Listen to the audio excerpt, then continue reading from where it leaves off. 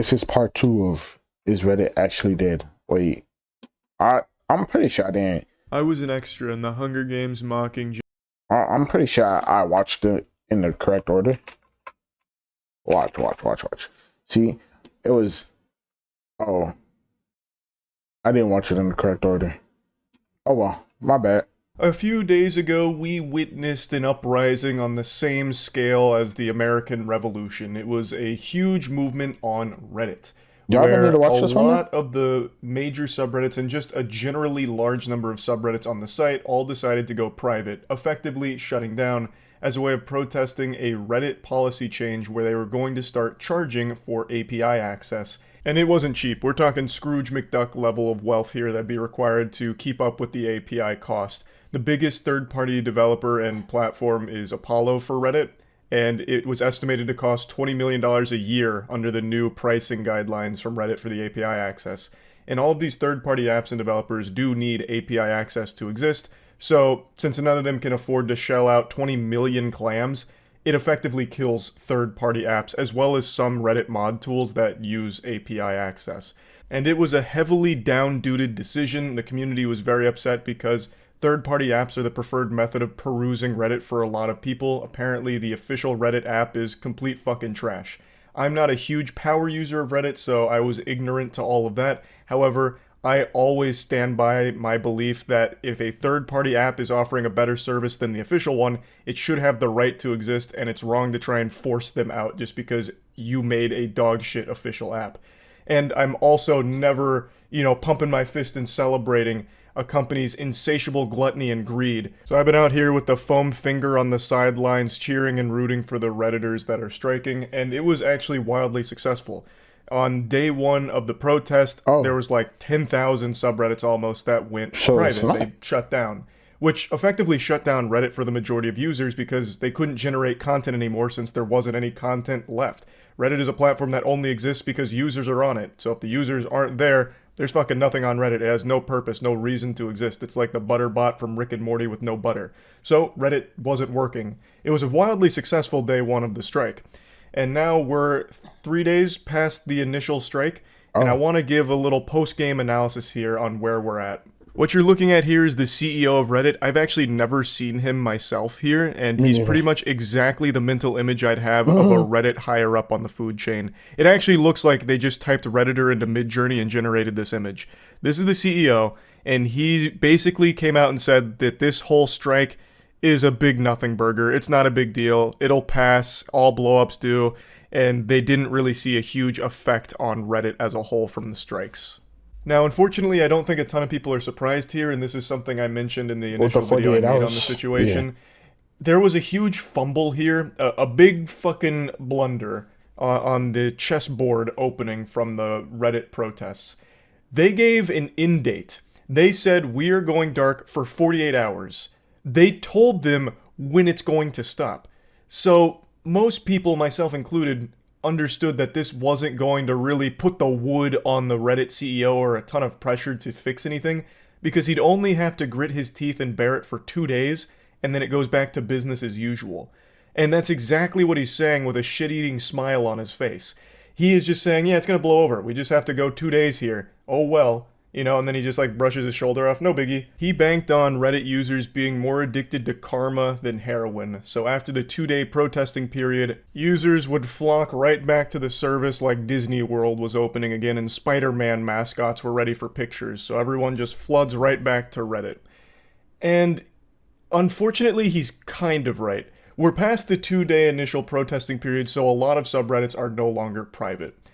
But there are a ton of them that still are. There's a lot of subreddits that didn't agree with 2 days, saying that's not enough, that's not going to put enough pressure on them, he's just going to endure it and it's not going to lead to change, which I think is the right mentality. That is correct. It didn't lead to change. 2 days was not enough. So a lot of subreddits have said that they're just going to stay offline indefinitely. And a lot of them still are. So going on Reddit right now, a lot of the bigger subreddits still aren't available to access, which is actually a pretty big deal for the platform, but I guess we'll have to wait and see if they can truly stick to their guns, really test their strength and willpower, their resolve to not have a subreddit to rule over. Can the Reddit mods stand strong and truly put the pressure on Reddit and stay offline until Reddit gets rid of this API greedy change. But in the meantime, the Reddit CEO Steve Huffman is just kind of gloating and spitting in their face, saying that this whole blackout hasn't had significant revenue impact, and that the company anticipates that many of the subreddits will be back online by Wednesday. Unfortunately, Steve Huffman's no Nostradamus here. He got that prediction very wrong. His Mayan calendar was off. It's now Thursday as of me making this video, and I wouldn't say most of the subreddits have come back. A large number have, but then there's still a very large number that haven't. He then said, there's a lot of noise with this one. Among the noisiest we've seen, please know that our teams are on it, and like all blowups on Reddit, this one will pass. We absolutely must ship what we said we would. The only long-term solution is improving our product. In the short term, we have a few upcoming critical mod tool launches we need to nail. He just kind of views this whole Reddit blackout as just a bunch of pesky mosquitoes buzzing around annoying him. They need to stay focused on the goal. They gotta ship out some mod tools, and they've gotta make sure they stand by what they said they'd ship out. They can't give an inch or else Redditors will take a mile. It honestly seems like this is the most exciting thing that's ever happened to him in his life. This, like, cyber war that he's fighting. He's living out his anime fantasies of being the protagonist. He's the general giving orders to his troops. He even went as far as to say, I'm sorry to say this, but please be mindful of wearing Reddit gear in public. Some folks are really upset and we don't want you to be the object of their frustration. He thinks that because someone's wearing Reddit gear in public, they're gonna be, like, stoned to death. Or given a swirly in the bathroom, or a fucking atomic wedgie. Brother, I don't think there's mangled corpses of Reddit employees littering the sidewalks out in society right now. He's making it sound like wearing Reddit merch is a death sentence. Who was Reddit merch? It's people upset that you have made a greedy change, and they're taking that power back. Your site doesn't exist without them. They know that. So they are striking, hoping that you will overturn this decision. They're not out there threatening the lives of employees or anything like that. They're frustrated at the change you are making because you are a greedy sack of shit. You're like this soulless zombie in a suit who has discovered that most people are using third-party apps because yours is trash. And you're driving them out because you know they can't afford to pay for these price changes. Like, I don't know why he's acting this way about it. Like, be careful not to wear Reddit merch. Don't let anyone see that you're a Redditor. Make sure no one smells that you're a Redditor. It could be the end of your life. It's so goofy. But it's even goofier because the whole email memo leaked, so you can actually read how he talks to his employees, and it's so fucking embarrassing. So he kicks off this internal memo by saying, "Hi, snooze." And I've never seen that word in my life. I didn't know what that word meant. I thought he had just dropped a slur in here. I had to look it up to try and piece together the puzzle and figure out what that meant. And apparently snooze are like little Reddit avatar things. So he's basically just doing what Discord used to do with Wumpus and Springle, the help support elf. He's basically just RPing, which is so fucking embarrassing. That is the most on-brand Redditor shit ever. He goes on to say, starting last night, about 1,000 subreddits have gone private. We do anticipate many of them will come back by Wednesday, as many have said as much. While we knew this was coming, it is a challenge nevertheless, and we have our work cut out for us. A number of snooze have been working around the clock, adapting to infrastructure strains, engaging with communities, and responding to the myriad of issues related to the blackout. Thank you, team. I think this perfectly highlights the problem with giving them an end date on your protest. In the memo, he's even like, yeah, we know many of them will be back by Wednesday because they told us. Like, there was just no reason to fucking put a time frame on it, like a time limit. Hey, guys, we're protesting, but just for 48 hours. That's it. So, yeah, don't worry about it. It's just a 48-hour protest. That was fucking silly. Now, that number went from 1,000 subreddits going private to about 10,000, which I think is far more than he expected. However, a lot of them have come back now, but not all of them. Still a large number are down. But you can see how not seriously he took it. Like, he didn't care that much about it internally. He's just like, yeah, we knew this was probably going to come, and it's, you know, somewhat of a headache, but you guys have got this. It's not that big of a deal. Thanks, team. Good work, snooze. We do not see any significant revenue impact so far, and we'll continue to monitor. And then he goes into what I've already covered, where he's talking about how it'll blow over, because everything on Reddit blows over, because everyone's too addicted to the platform, they'll always come back. Then he goes in to say, the two biggest third-party apps, Apollo and RIF, along with a couple of others, said they plan to shut down at the end of the month, but we're still in conversations with some of the others.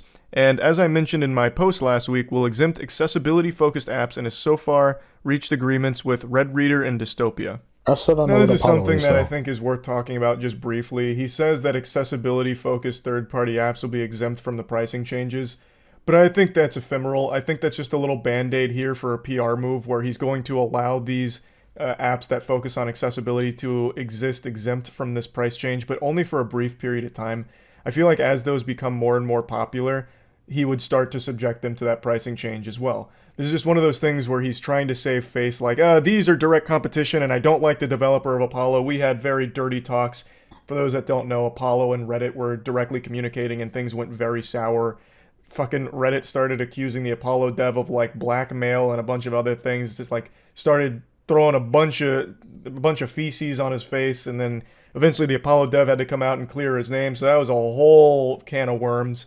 So this is the Reddit CEO going like, oh, those are bad actors, they're shady, but the accessibility focused third-party apps, they're fine.